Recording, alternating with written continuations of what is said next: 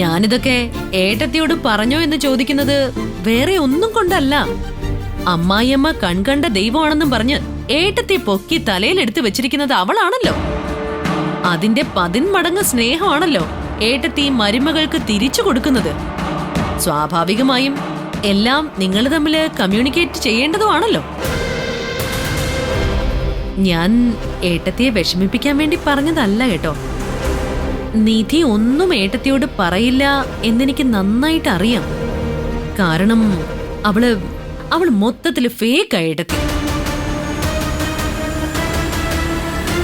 ഏട്ടത്തിക്ക് അറിയാൻ പാടില്ലാത്ത അഭിനയം എന്ന കലാവിരുത് ജന്മസിദ്ധമായിട്ട് കിട്ടിയവളാണ് നിധി. അഭിനയിച്ച് തകർക്കും, വിശ്വസിപ്പിക്കും, എന്നിട്ട് ഒടുവില് കൂടെ നിന്ന് ചതിച്ച് കഴുത്തറുക്കും.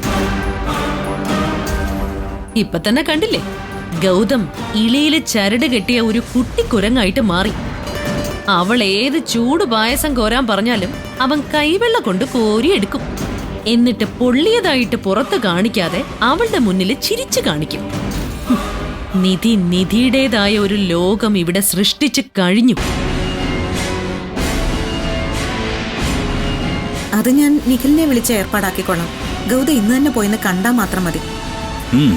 എങ്കിൽ ശരി, ഞാൻ പോയിട്ട് വരാം. നീ എന്താ ഗൗതം ഇങ്ങനെയായി പോയത്? വന്ന് വന്ന് മര്യാദ എന്ന് പറയുന്ന ഒരു സാധനം ഇല്ലാതായോ നിനക്ക്?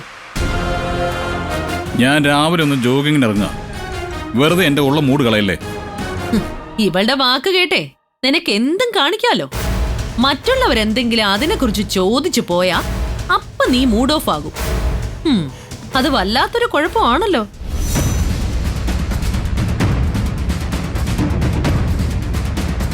ഭർത്താക്കന്മാരായ ഭാര്യമാരുടെ പിറന്നാൾ ആഘോഷിക്കുക തന്നെ വേണം.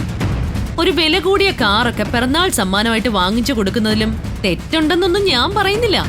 പക്ഷേ ഒരു കൂട്ടുകുടുംബ വ്യവസ്ഥയിൽ താമസിക്കുമ്പോ മനുഷ്യരായി വേറെ ചിലരും കൂടി ഇവിടെ ഉണ്ടെന്നുള്ള കാര്യം നീ മറക്കരുത്.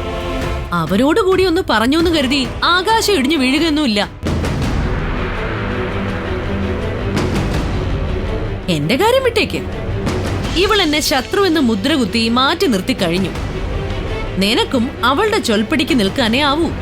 പക്ഷേ അമ്മേ അമ്മേന്ന് വിളിച്ച് 24 മണിക്കൂറും ഈ പാവ ഏട്ടത്തിയുടെ ചെവി തിന്നുന്നവളല്ലേ ഇവള്.